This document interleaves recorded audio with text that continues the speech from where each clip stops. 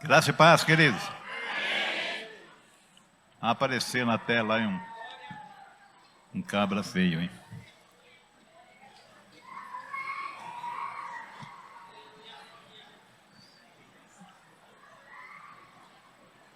Olha que coisa linda aí. Transição pastoral, né? Irmãos, eu estou muito feliz, estou com muita alegria no meu coração, já não é de hoje, por chegarmos a este dia, né? Maravilhosa graça. É um convite para o culto de transição pastoral para o dia 8 de junho de 24. É um dia antes do meu aniversário, num sábado. E eu gostaria de ver essa igreja entupida de gente. Vai ser uma festa muito linda. Glória a Deus por isso, né? Então vai ser dia 8 de junho às 19 horas. Sabe, quem chegar atrasado vai ficar sem lugar, né? Estarei passando o bastão, o cajado ministerial para o pastor Samuel Lingóis. Pastor Samuel Lingóis, vem aqui na frente um pouquinho. Quero ver se todo mundo conhece você.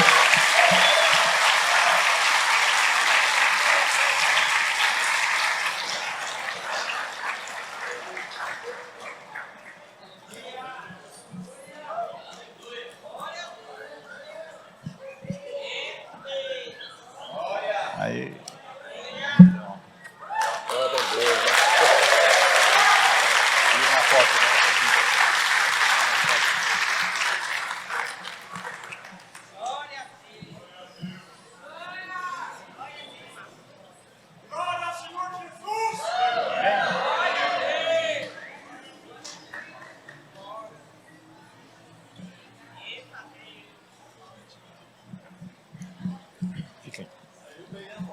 Então este homem aqui, ó,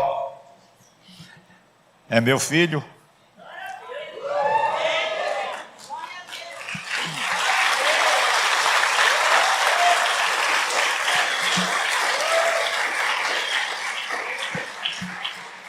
E ele está recebendo a presidência dessa igreja e o ministério pastoral.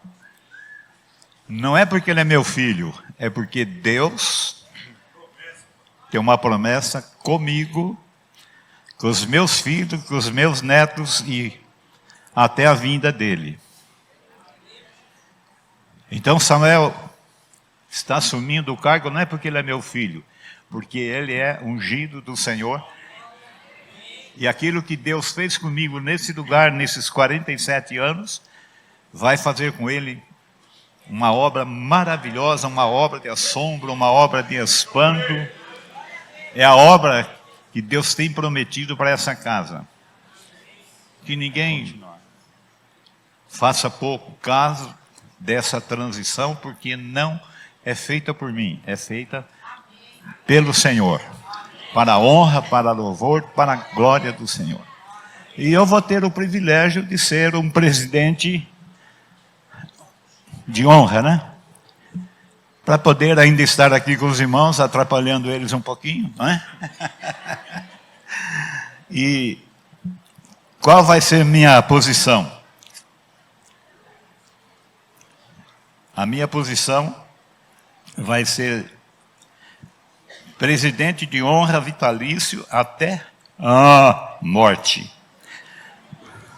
com função de dar cobertura espiritual como conselheiro e figura patriarcal.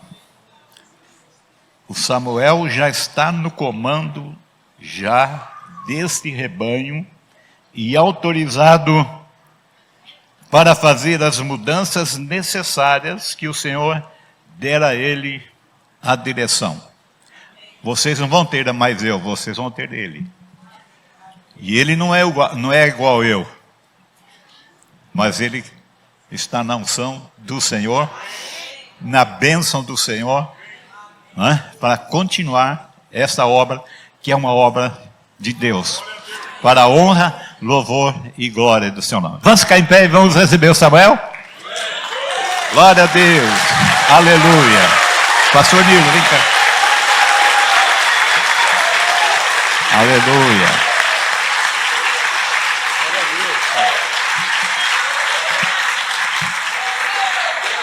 Bendito Deus, nós só temos que te agradecer, Senhor, por sempre prover homens para cuidar do seu rebanho. Deus, nós estamos alegres nessa manhã, junto com o pastor Disseu e o pastor Samuel, e temos plena certeza no Espírito, Pai, que isso é uma obra feita pela vontade soberana do Senhor. E nós, Pai, nós nos congratulamos com eles ou com toda a igreja e declaramos, Senhor, que sobre o Samuel venha fluir uma unção maior do que o Senhor fluiu na vida do pastor Disseu, Senhor. E que ele seja, Pai, um servo humilde, um servo obediente, meu Deus, cheio da unção, da revelação da Tua palavra.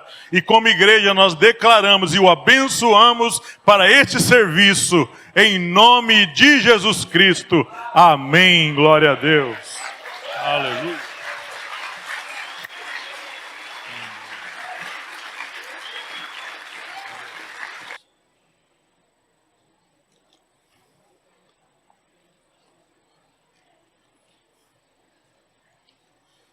Que bênção, né, irmãos queridos?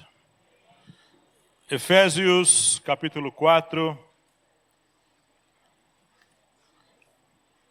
Efésios, capítulo 4. Vamos ler o versículo 3 e o versículo 13. Efésios, capítulo 4, vamos ler o 3 e vamos ler o 13 também.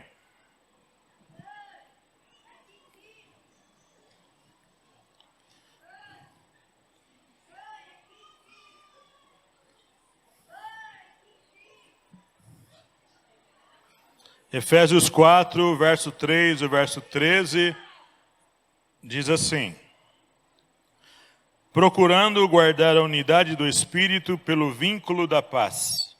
13. Até que todos cheguemos à unidade da fé e ao conhecimento do Filho de Deus, a varão perfeito, à medida da estatura completa de Cristo. Pai, eu quero te louvar nessa hora e pedir que o Senhor venha trazer revelação, sabedoria, graça, unção para ministrar a Tua palavra. Meu Deus, que haja da parte do povo nessa manhã mentes completamente abertas para poder aprender aquilo que o Espírito revelar, ensinar a cada um. Senhor, eu coloco a minha vida diante de Ti. Não tenho condição nenhuma, Senhor, de passar nada de mim mesmo. Ajuda-me e abençoe-me nessa hora, em nome de Jesus. Amém. Os irmãos sabem que aqui nós começamos a partir da semana passada a falar sobre unidade. Unidade. A palavra unidade na Bíblia ela aparece com dois significados: unanimidade de sentimento e unanimidade de razão. Unanimidade de sentimento e unanimidade de razão ou pensamento. Sentir a mesma coisa e pensar da mesma forma. Não é uma coisa simples fazer isso. A unidade na igreja sempre foi um desafio para os crentes. Basta ver o número de denominações que nós temos, evangélicas. Muitas denominações diferentes. Nós somos unidos em alguns pontos, mas em outros pontos nós não somos tão unidos assim. A unidade é alguma coisa que ela vem pronta e também alguma coisa que nós temos que buscar. O versículo 3 mostra uma coisa pronta. Procurando guardar a unidade do Espírito pelo vínculo da paz. Essa unidade já está pronta no Espírito Santo de Deus. Essa unidade já existe, pronta já, para ser colocada na igreja. Mas a unidade também é uma coisa a ser desenvolvida, buscada. Verso 13. Até que todos cheguemos à unidade. Chegar É um alvo, é um objetivo a ser atingido pela igreja. Então não é uma coisa que você chega e está um pacote pronto, a unidade, já está tudo feito, eu vou andar junto com os meus irmãos. Não. É uma coisa que eu preciso buscar, pensar igual, sentir igual. Então, na prática, como é que a unidade pode se manifestar?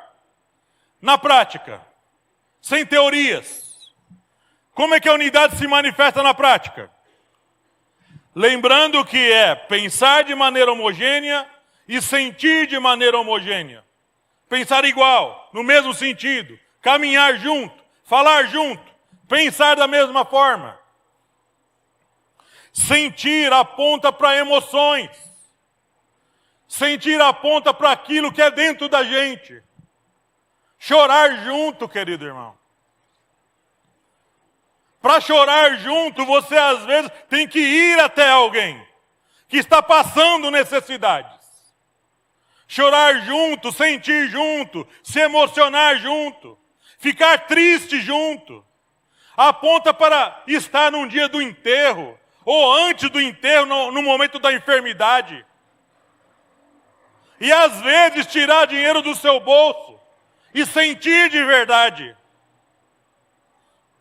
Eu sei que às vezes nós não passamos as mesmas experiências dos irmãos. Eu nunca peguei câncer, irmãos. Mas eu já acompanhei a minha mãe, acompanhei os Celso, que pegaram câncer. Que ficaram muito doentes. Que você tinha que carregar, limpar, trocar de roupa. Que você via as debilidades, a pessoa não conseguia andar, não conseguia fazer a mínima necessidade. Quando um pai nosso mais velho adoece, ou alguém mais novo até da família, pega uma doença que não consegue mais se movimentar direito, e você tem que fazer tudo, carregar no colo.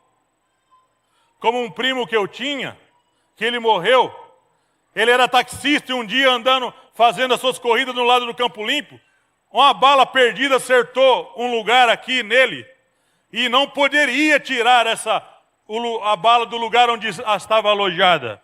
Senão ele viria a óbito. Então ele viveu. Ele viveu, se eu não me engano, eu não tenho certeza. Mas ele viveu 20 anos dentro do hospital. Ele morava no hospital. A vida dele era ser visitada. A esposa, irmão, num dado momento não aguentou. Ela falou, eu tenho que continuar a minha vida. E ela casou de novo. E ele morreu no hospital, irmãos. Com as pernas dessa finura. E o jeito era andar junto com ele. Pegar ele na cadeira de roda para ele poder ver o sol. Ver os pássaros cantar. Sentir os pingos da chuva. Senão a vida dele era dentro na cama. E para andar em unidade, muitas vezes, não é só participar de festas, aniversários e momentos bons.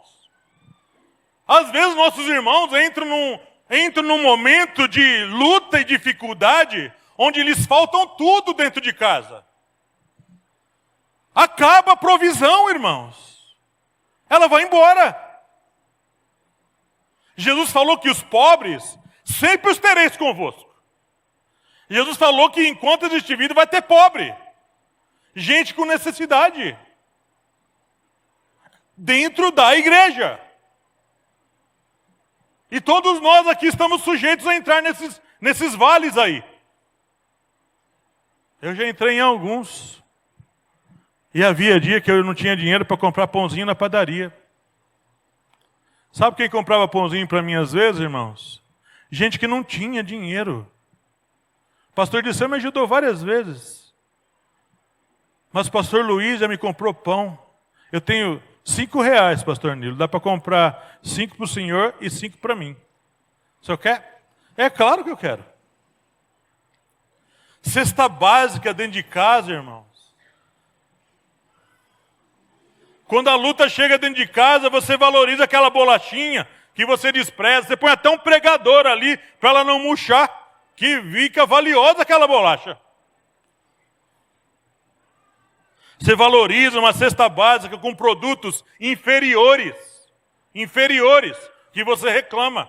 Feijão com caruncho, arroz aparentemente mofado. Irmãos, quando eu morei em Cianorte, aprendi muita coisa, eu e a Fofa. Aprendi a fazer sabão. Aprendi a fazer sabão com ela. Aprendemos a fazer pão. Aprendimos a pegar a fruta do pé e não jogar fora, aproveitar lá a polpa e guardar, congelar para usar depois. Quando as coisas apertarem nessa terra, que vai apertar, a gente vai ter que viver da terra, irmão. Você vai ter que viver da terra, e eu também. Não vai ter, quando a marca do 666 chegar, você não vai poder comprar nem vender. Não pode comprar nem vender. Só quem tiver a marca. Você não vai poder ter marca. Você vai viver como? Vai viver da terra. Vai ter que plantar. Vai ter que viver. A gente vai emagrecer rapidinho, irmão. Esses rolinhos de poço que nem eu, gordinho, vai emagrecer num segundo. Comendo só da terra. Mandioca, inhame. É gostoso inhame. Eu não gosto. Você vai aprender a gostar. Você vai comer inhame com gostoso, com delícia. Você vai encher a boca de água para comer inhame quando as coisas... Irmão, quando as coisas ficam difíceis, às vezes ninguém quer nos ajudar. Tem gente que fala assim, eu não vou andar do lado desse irmão, não, está passando prova. Isso aí pega na gente. Tem gente que não quer andar do lado do irmão que está passando prova. Mas é a hora que ele precisa, irmão. É na hora que a gente vê assim que a unidade se manifesta. A amizade entre os irmãos. É aquela hora que você fica humilde, irmão. Você perde aquela arrogância. Hoje você está com um bom emprego, né? Ganhando mais dos seus 10 mil por mês. Está tudo aparentemente bem. Mas Deus pode cortar sua asinha, cuidado.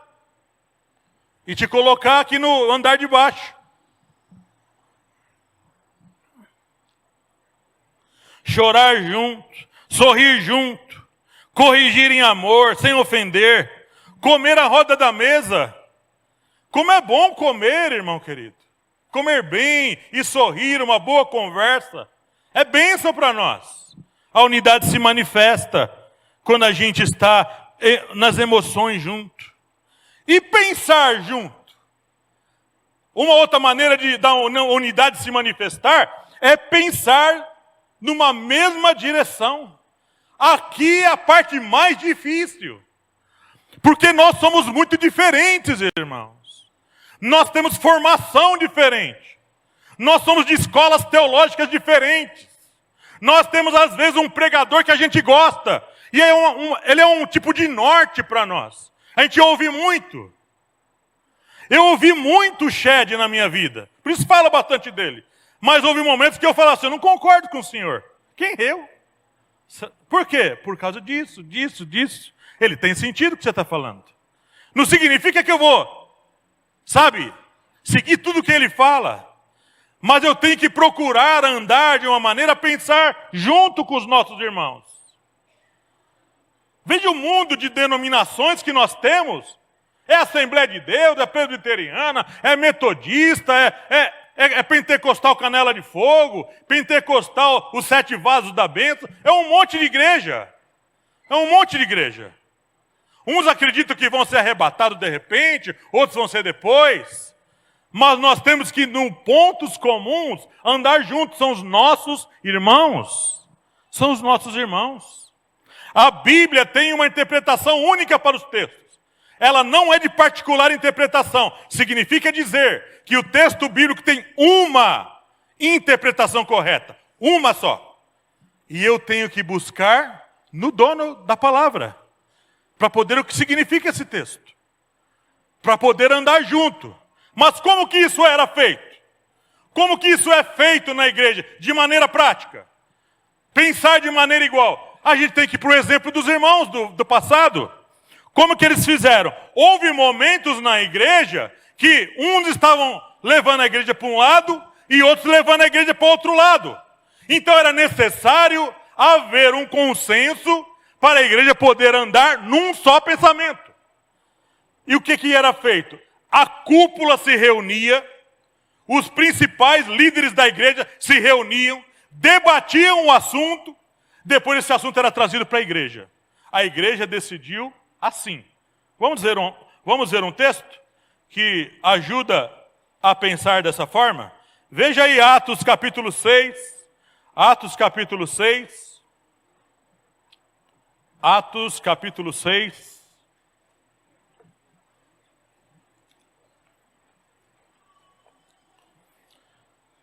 Atos 6, verso 1.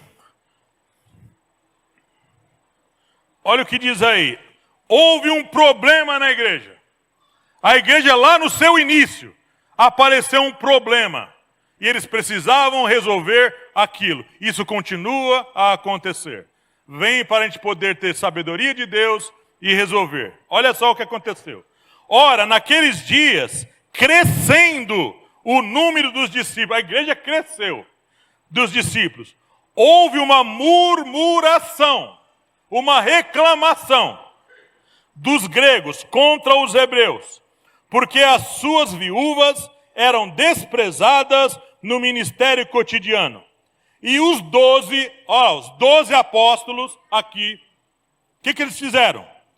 Convocando a multidão dos discípulos, aqueles que eram liderados, não era o povo em geral, mas aqueles que eram os sublíderes, os colíderes, disseram, não é razoável que nós deixemos a palavra de Deus e sirvamos as mesas.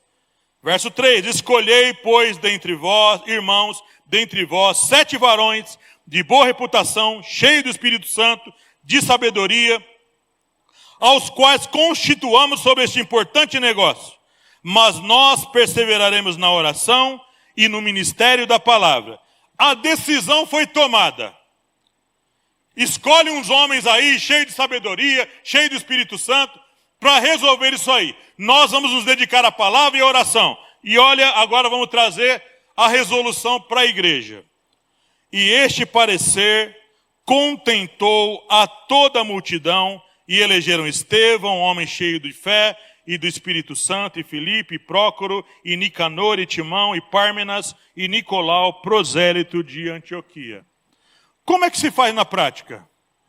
Quando para a igreja pensar no mesmo rumo, andar no mesmo parecer, os líderes têm que se reunir, debater dos assuntos mais difíceis, dos problemas complicados da igreja, levar para lá, debater o assunto, depois chegar aqui e passar para os irmãos. Porque a igreja vai pensar igual à liderança. Agora um puxa para um lado, outro puxa para o outro lado. Aí o que vai acontecer? Todas as pessoas que são responsáveis em liderar, responsáveis em ensinar, deveriam de participar dessas reuniões de decisão sobre doutrinas e questões difíceis, principalmente na questão de ensinar a igreja. Porque esse ensino tem que ser comum a todas as camadas da igreja. Velhos e mais novos. Todos têm que pensar no mesmo rumo. Foi assim que foi feito ali. Até os diáconos participaram ali dessa decisão. Então aqui, 1 Coríntios 1, versículo 10, aponta para sentir uma mesma coisa. 1 Coríntios, capítulo 1, versículo 10. Olha só o que ele diz aí. 1 Coríntios 1, verso 10. Rogo-vos, porém, irmãos, pelo nome de nosso Senhor Jesus Cristo. É interessante o início do versículo. O que ele fala aí? Rogo, eu apelo, eu insisto, sabe, eu clamo a vocês, por favor, presta atenção no que eu estou falando. Rogo-vos, porém, irmãos, pelo nome de nosso Senhor Jesus Cristo, que digais todos uma mesma coisa, e não haja entre vós dissensões, antes sejais unidos em um mesmo sentido, em um mesmo parecer, sentir igual e pensar igual.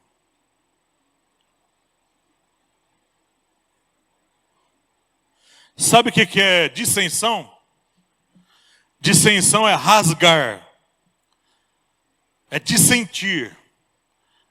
Rasgar um contrato. Eu não penso igual mais a você, estamos separados. Eu vou pensar para lá e você pensa para cá. Isso é dissentir. É separar, para não querer andar mais junto. Isso que é dissensão. E Paulo fala aqui para que não haja dissensão entre vós. Para que os irmãos não pensem diferente daquilo que nós decidimos aqui.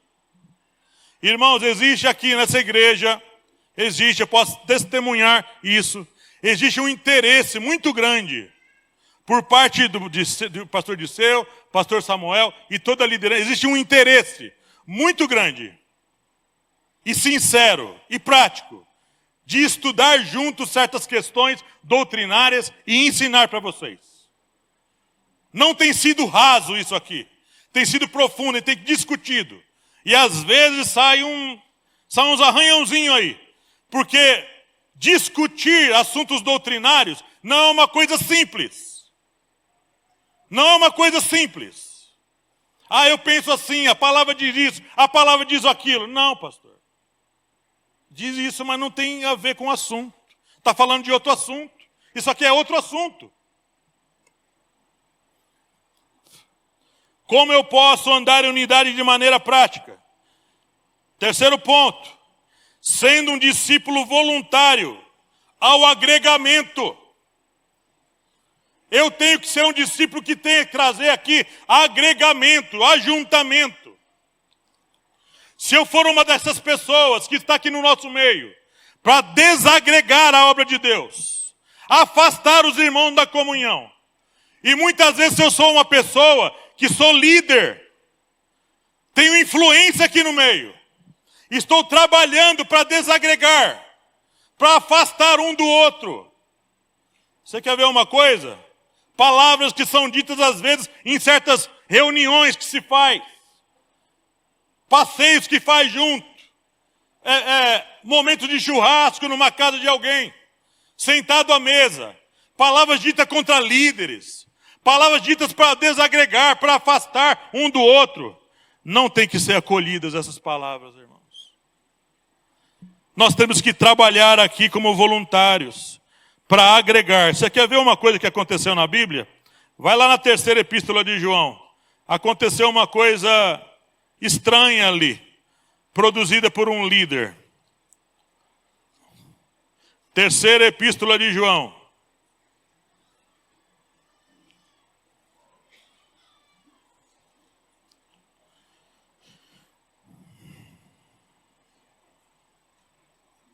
Deixa eu ver se é a terceira mesmo. Fala do Diótrefes.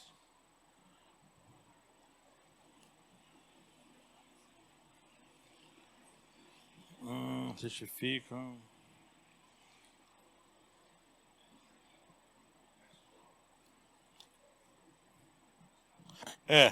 Terceira epístola de João, versículo 9. Olha o que diz aí. Tenho escrito à igreja, mas Diótrefes, que procura ter entre ele o primado, não nos recebe. O Diótrefes foi consagrado para cuidar da igreja.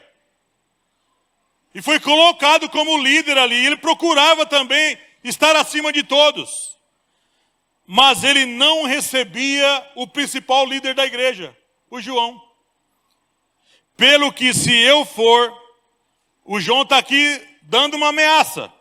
Se eu for, trarei à memória as obras que ele faz, proferindo contra nós palavras maliciosas, e não contente com isto, não recebe os irmãos e impede os que querem recebê-los, e os lança fora da igreja. O Diótrefes não estava agregando, era líder na igreja, estava impedindo a igreja de andar junto, tinha ciúme dos outros líderes, não estava disposto a produzir a unidade na igreja. Então João manda essa carta. Uma coisa interessante que acontecia na Bíblia é que às vezes o líder não podia ir. ele mandava uma carta específica para o fulano. Essa carta é para ele, ó.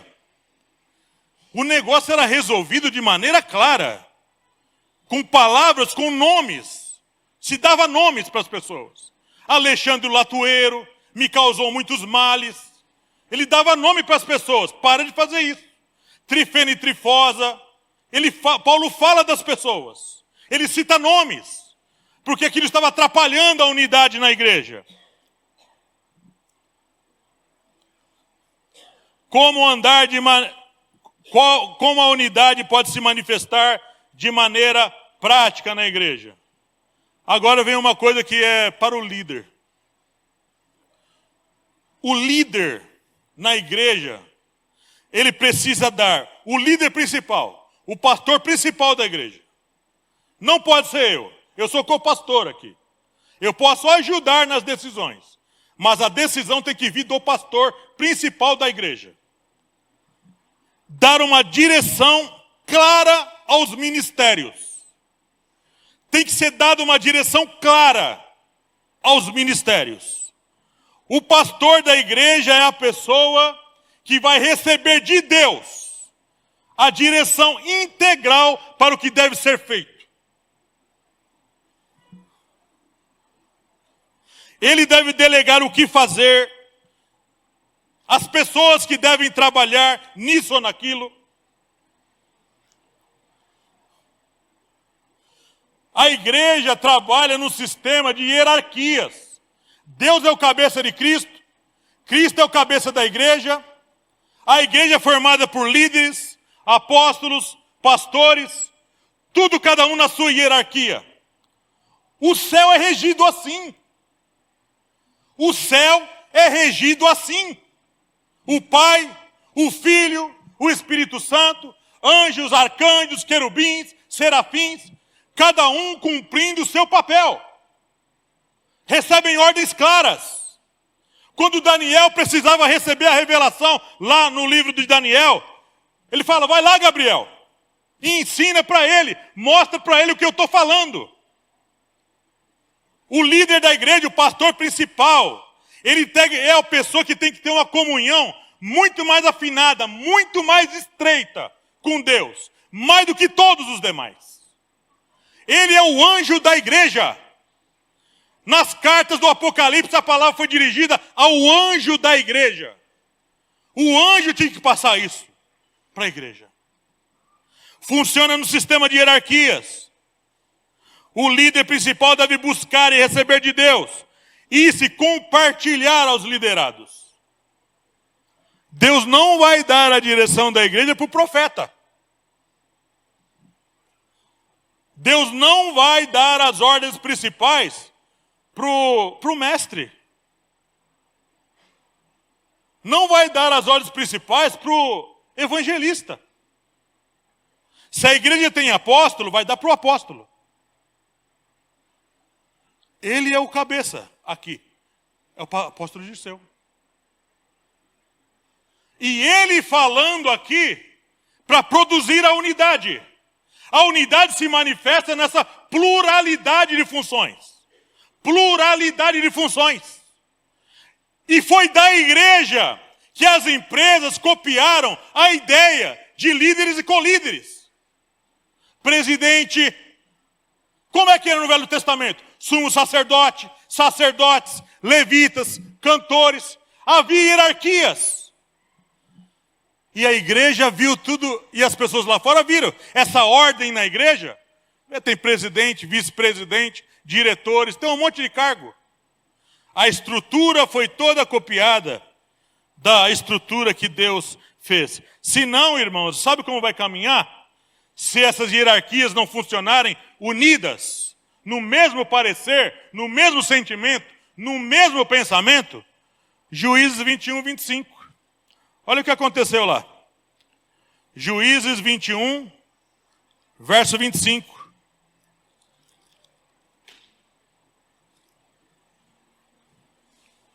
Juízes 21, 25. Naqueles dias não havia rei em Israel, Não havia um líder. Não havia o principal mandatário daquela época, era o rei. Era o rei. Não havia rei em Israel. Porém, cada um fazia o que parecia reto aos seus olhos. Quando a igreja não tem uma liderança clara de o que fazer, ordens claras, cada um faz o que quer. Cada um faz o que parecer melhor aos seus olhos. A unidade também se manifesta quando eu sou um propagador dessa unidade. Aí, quero falar de 3 coisas aqui, porque às vezes nós estamos esperando alguém dar ordem também para fazer alguma coisa. Existem coisas que você não precisa de ordens para fazer. São coisas que você deve fazer sem esperar ordem. Então a unidade, ela tem que se manifestar lá para fora também. Aonde? Na igreja. Veja aí o que acontece em 1 Timóteo 4,15. Primeira epístola a Timóteo, capítulo 4, versículo 15. 1 Timóteo 4, versículo 15.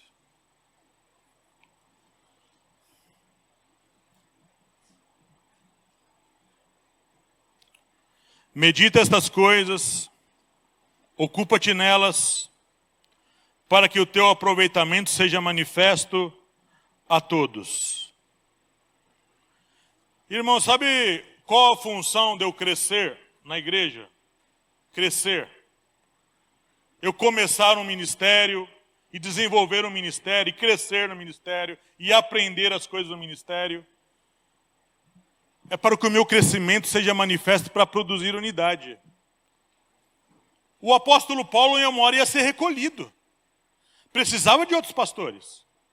O pastor Disseu, ele não ia ficar aqui sempre. Era claro que isso tinha que ser passado para alguém.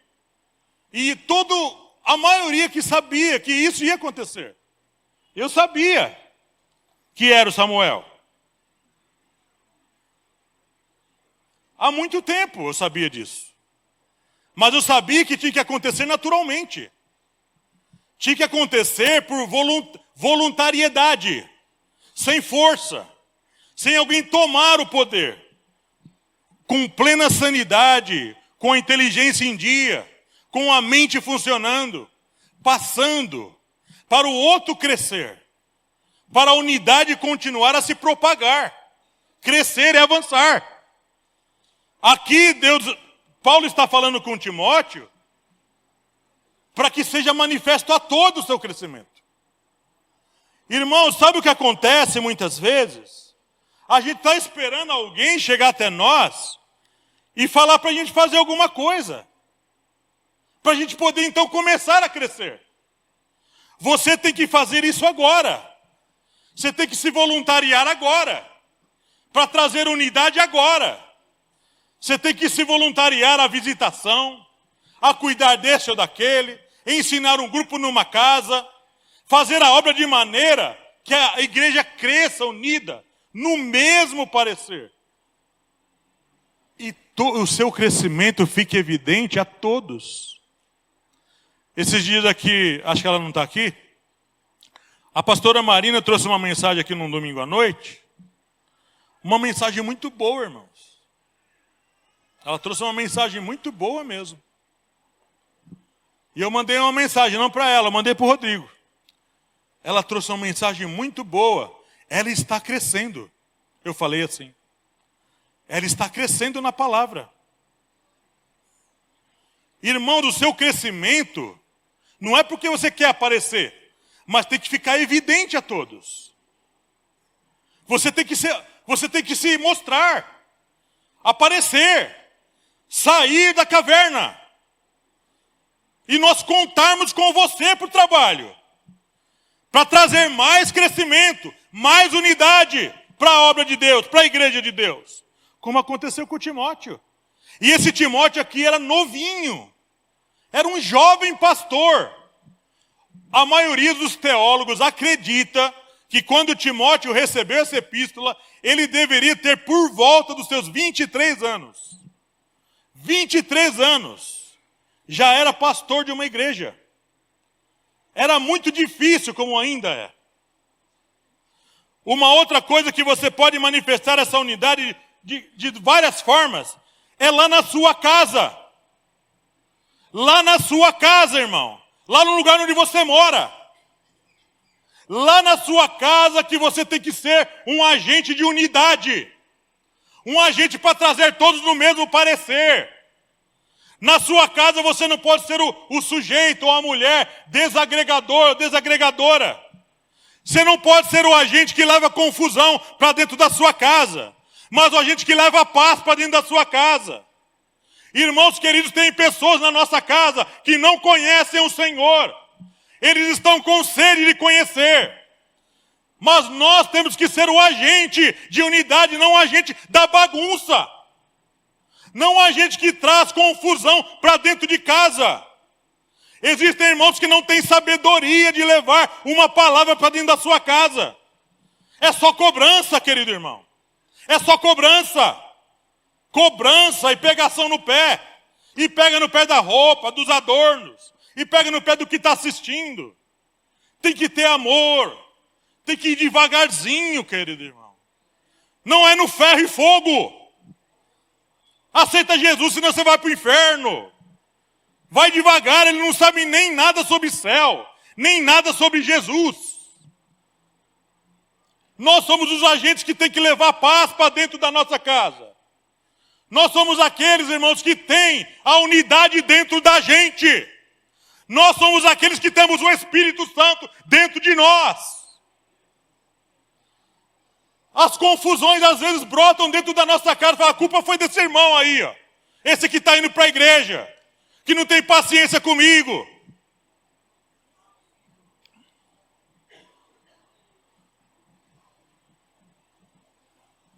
Está lá o filho brigando. E a filha brigando. Que é normal, às vezes os irmãos brigarem. E nós temos que levar uma palavra de conciliação. Corrigir em amor, ajudar, irmãos, quando eles estão passando um momento complicado na vida. Não chegar de sola, batendo. Nós somos chamados para trazer unidade, comunhão, construção, conciliação.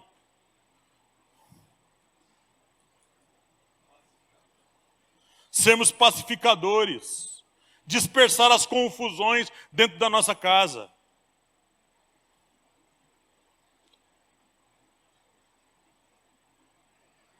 Eu sei, irmãos, que nós somos, assim, fechados em alguns pontos. E nós não aceitamos certas coisas. Nós temos dificuldade de aceitar certas coisas. Nós não fomos criados nessa realidade. Muitos de nós. Mas quando a gente se depara com uma coisa que é muito contra aquilo que eu penso, eu tenho que pensar. Como é que eu vou agir aqui agora? Que palavra eu vou trazer para trazer unidade aqui? Porque eu sou um agente dela. Eu não posso trazer mais confusão a um ambiente que já está confuso.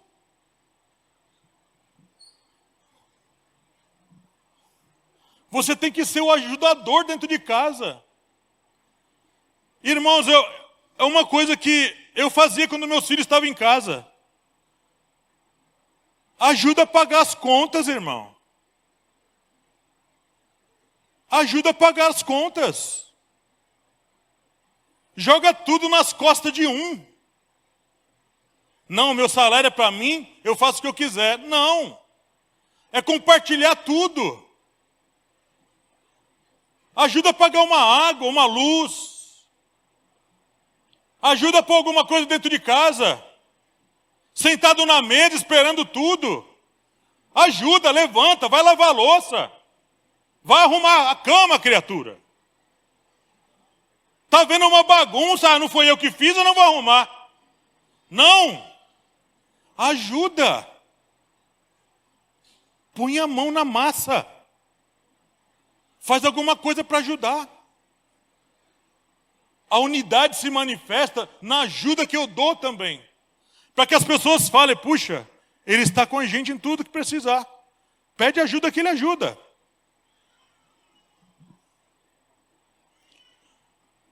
Eu não ia contar essa experiência porque mexe muito comigo, mas eu lembro no meu primeiro emprego, eu não era crente, tinha 15 anos, e saiu uma vaga no jornal, as vagas saíam no jornal, né? A gente ficava procurando ali no jornal uma vaga de emprego.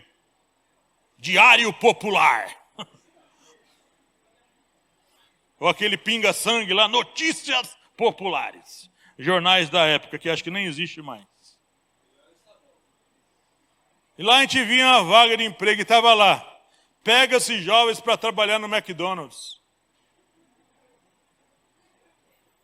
Eu falei para minha mãe, olha mãe, está pegando vaga para... Eles não falam salário, mas fala, mãe, eu vou comer Big Mac à vontade. Hein? E aí então, irmãos queridos, eu não sabia ir. Era um barriga verde, não sabia pegar ônibus. Minha mãe, irmãos, parecia um homem. Por isso que você vai na casa do meu pai, hoje a vida é outra. É antes da minha mãe e depois da minha mãe. Minha mãe carregava o piano todinho. Era um lar matriarcal. A baiana arretada. Que Deus teve que levar daquela forma. Mas eu lembro, querido irmão. Eu lembro que minha mãe, ela, apesar do jeito dela, ela unia a família. Ela unia todo mundo. Quando ela morreu, quase que a família morreu todo mundo junto. Que ninguém tinha mais essa força. Essa palavra, sabe? Essa palavra de unir a família. E então um dia lá, eu falei, mãe, eu não sei ir lá, eu vou com você. Eu vou com você nesse emprego aí. Você quer trabalhar lá? Eu falei, mãe, eu quero ganhar dinheiro. Vamos lá comigo. Não sabia pegar um ônibus, irmão. Cabeça grande, não sabia pegar ônibus. Aí lá vai minha mãe comigo. Lá na Paulista, vestida de maneira simples. E meu pai estava passando um momento difícil. Estava precisando de dinheiro dentro de casa. Eu falava para o meu pai, quando eu começar a trabalhar, pai, eu vou ajudar em algumas coisas aqui dentro de casa. Vou comprar isso que a mãe quer, comprar isso, comprar aquilo. E eu consegui cumprir isso aí depois. E aí então, minha mãe foi comigo, lá na Paulista, irmãos. Um prédio lá. Eu lembro o nome da empresa, Réstico. Réstico Alimentícios, era o nome do McDonald's. Está lá na minha carteira registrado. 1 mês de registro. Eu saí do emprego e arrumei outro. Mas a minha mãe foi comigo. Foi nas entrevistas. Vamos lá, vou te ajudar. Vou te empurrar para o primeiro emprego. Tem que trabalhar mesmo. Foi no lugar, teve que sair de lá, pegar o uniforme em outro lugar. Ela foi comigo. Usei aquele uniforme lá, ridículo, mas eu usei aquele uniforme. Aí fui, irmãos. Na volta, começou a chover na Paulista. E minha mãe, irmãos, com um sapato velho, o sapato quebrou. E eu não aguentei aquela hora, irmãos. Eu fiquei muito triste aquela hora. Falei, ela está fazendo tudo isso por mim. Por causa do meu primeiro emprego. Ela não tem nada. Depois eu compro outro sapato. E eu sabia que ela não ia comprar porque não tinha dinheiro.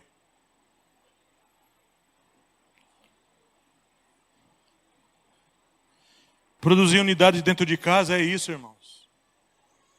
Você sabe que os nossos filhos são difíceis às vezes numa fase da vida deles. Eles precisam de ajuda. Não exija de um menino de 17 anos até os seus 17 ter a maturidade que a gente tem hoje. Eu jamais hoje faria coisas que eu fiz como novinho. Porque eu amadureci. A maturidade só chega com o tempo. Aprove a Deus ser assim. A maturidade só vem com o tempo, irmãos queridos. Tem coisa que a gente olha para trás e a gente sente vergonha. Só de pensar que a gente fez. A gente tem que ser agente de unidade dentro de casa. Nós temos que conviver, é o lugar do nosso convívio, Honorina. É o lugar que a gente vive a maior parte do tempo. É muito ruim estar dentro de um lar com brigas, com contendas e sabe, rixa o tempo todo. Um arranhando o outro o tempo todo. Gritarias dentro da nossa casa. E os vizinhos vendo. Olha lá, eles estão na igreja agora. Eles se batizaram esses dias. Essa igreja é boa. Está todo mundo brigando lá. Isso não é unidade. E um lugar aqui, eu vou falar de um lugar, que é um lugar onde nós vivemos muito. A maioria de nós aqui vive muito nesse lugar. No nosso emprego. Tem irmãos aqui que trabalham 12 horas por dia. 8 horas por dia. 6 dias por semana. Tem irmãos aqui que estão trabalhando em hora extra direto, estão sem descanso. E como é que você é lá no seu trabalho? Você é o agregador, o que traz unidade? Ou você é o crente que traz confusão? A pessoa que confunde lá. É o sempre do contra, sempre que produz bagunça. Semeador de contendas. Nós, irmãos, nós temos que usar a nossa boca para os rios de vida fluir. Nós somos aqueles que têm que produzir a unidade. Nós somos aqueles que têm que produzir, sabe, a comunhão. O único pensamento. Estamos vendo um amigo de trabalho num problema para resolver questões. Nós temos que ser aquele que leva a ajuda. A ajuda. O nosso trabalho, a nossa casa, são locais, são plataformas de treinamento para produzir a unidade aqui. A unidade aqui, ela já tem que se manifestar lá fora, para se manifestar aqui dentro. Veja que na Bíblia até a profecia deveria ser julgada. Tinha que ser julgada para não produzir dissensão. A profecia era falada e havia pessoas preparadas para julgar o que se profetizava. Se o irmão falasse alguma coisa contra o que o irmão falou, não está de acordo com as Escrituras. Havia uma sinceridade e uma clareza naquilo. É isso que tem que haver no nosso meio.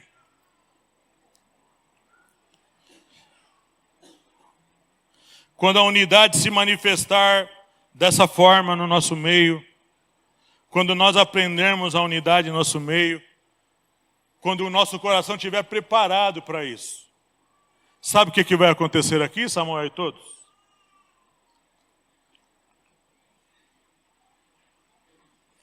Agora vem uma resposta há muito esperada por mim. Eu há muito tempo esperava essa resposta da parte de Deus.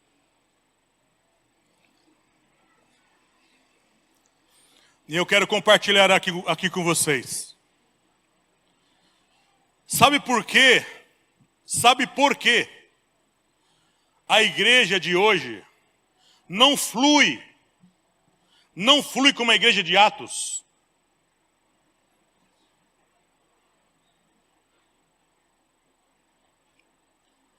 Por causa que nós não estamos unidos no mesmo parecer.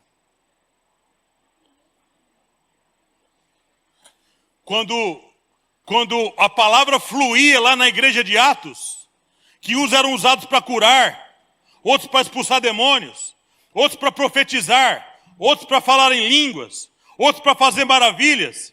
Sabe o que acontecia na igreja? Todos ficavam felizes. Todos se sentiam edificados. Ninguém ficava triste porque o outro tem e eu não tenho. Ninguém estava interessado em vir aqui na frente e contar o dono da bênção. Ninguém queria vir aqui na frente para contar, Deus usou eu para curar. Ninguém estava interessado nisso. A igreja estava unida no mesmo parecer de glorificar a Deus. O interesse era só glorificar a Deus. O interesse era que o cego visse, que o aleijado andasse. O interesse é que a igreja crescesse, que muitas pessoas viessem para a igreja, para Deus ser glorificado. Esse era o único interesse da igreja. E esse tem que ser o nosso.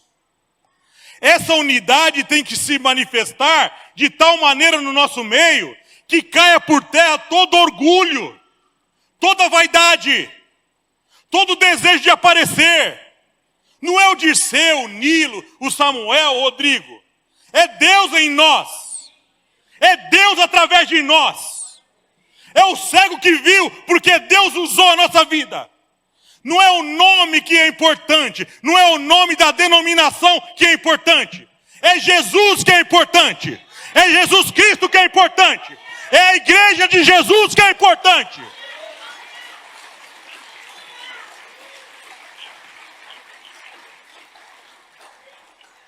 Porque se gloriar, se tudo é dele, por ele e para ele. Porque se gloriar, se o dom de língua não é meu. Porque se gloriar, se o dom de curar não é meu? Porque se gloriar, se falar em línguas não é meu? Porque se gloriar, que eu não sou, porque se eu não sou dono da igreja? Porque se gloriar do crescimento, se é Deus que dá o crescimento, um planta, outro rega, e Deus dá o crescimento. Toda glória é depositada em Jesus. Quando você, lá na sua família, alcançar um patamar de crescimento, você vai falar: olha o que Deus fez na minha família. Olha o que Deus fez na minha família, irmão. A minha família não tinha condições de estar nessa situação. Olha o que Deus fez, Leandro, na sua família. Olha o que Deus fez, Honorina. Olha o que Deus fez, Luiz, na sua família. A unidade é propósito de Deus. Sexta-feira na oração aqui, eu lembro uma vez, há muito tempo atrás, eu não sei quem foi que pregou aqui, e falou assim: ore a palavra de Deus. Eu não entendi isso naquele dia. Ore a palavra de Deus. E sexta-feira encostei ali naquela parede. E eu lembrei dessa frase: ore a palavra de Deus. E eu comecei: Deus, é a sua vontade impor as mãos sobre os enfermos, eles serem curados. Está escrito. Pai, é a sua vontade que a igreja e os irmãos andem em comunhão. Está escrito, Senhor. É a tua vontade que a igreja cresça. Está escrito. Pai, é a tua vontade que Jesus Cristo seja glorificado no nosso meio, por sinais, prodígios e maravilhas. Está escrito. É a tua vontade que a tua igreja resplandeça a sua glória. Está escrito, Senhor. E Deus foi me lembrando de versículos, irmãos. Foi me lembrando de versículos que são promessas. São promessas. Então aqui, querido irmão, é a vontade de Deus. A unidade dessa igreja aqui. Para essa igreja ser um referencial para muitas outras igrejas, como diz a profecia daquela menina, não é para ter fama. A fama não vai ser para vocês. Mas através de vocês, eu vou manifestar a minha glória. É da vontade de Deus que a unidade seja espalhada, espalhada, espalhada nos 4 cantos da terra. Porque é isso que está impedindo da igreja fluir nos dons espirituais. É a falta de unidade. Eu fecho a minha palavra agora, nesse momento, até passei do tempo.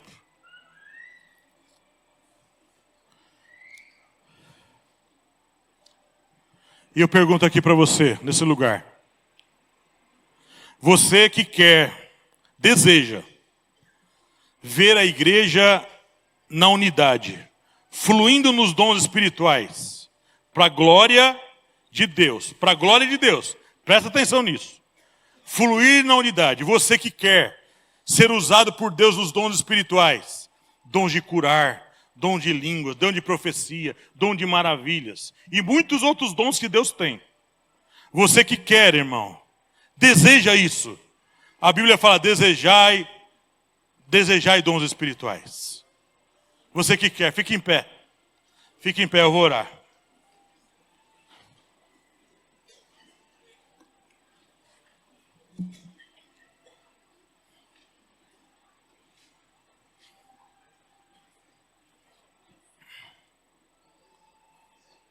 Senhor, é a tua vontade que a igreja seja cheia do Espírito Santo. Está escrito. É a tua vontade, Senhor, que a tua igreja ande em unidade. Está escrito, Senhor. É a tua igreja, é a tua vontade que a igreja ande no mesmo parecer e no mesmo sentir. É a tua vontade. Pai, todas as estratégias, toda forma de fazer, toda forma como isso deve acontecer aqui, nesse lugar, nessa congregação, nessa parte do corpo de Cristo. Isso tudo está na cabeça que é Jesus. Todas as estratégias estão sobre o Senhor, Pai. Deposita sobre o pastor Dirceu, sobre o pastor Samuel. Deposita sobre eles essa revelação de como fazer, de como fluir nisso. E essa igreja que está aqui nesse lugar, que vai crescer, que pessoas vão chegar até esse lugar, Senhor. Que o Senhor traga para andar no mesmo parecer, no mesmo sentir, que ande em unidade, que ande no poder, na unção do Espírito Santo. E que muitos sejam, Pai, renovados ao entrar nesse lugar. Que pessoas sejam curadas nesse lugar, Senhor. Que esse lugar seja usado para curar cegos, para curar aleijados. Pessoas sejam aqui transformadas pelo poder de Deus. Que o Senhor faça maravilhas aqui nesse lugar, Senhor.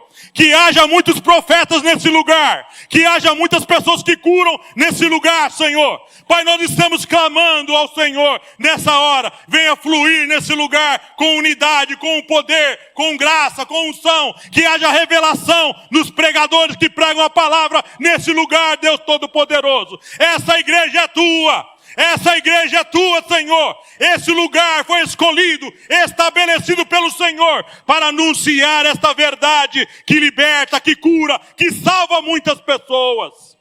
Nós estamos clamando nessa hora, pedindo ao Senhor, flua, deposita sobre nós essa graça, essa unção, essa revelação. Em nome de Jesus. Amém. Graça e paz, irmãos.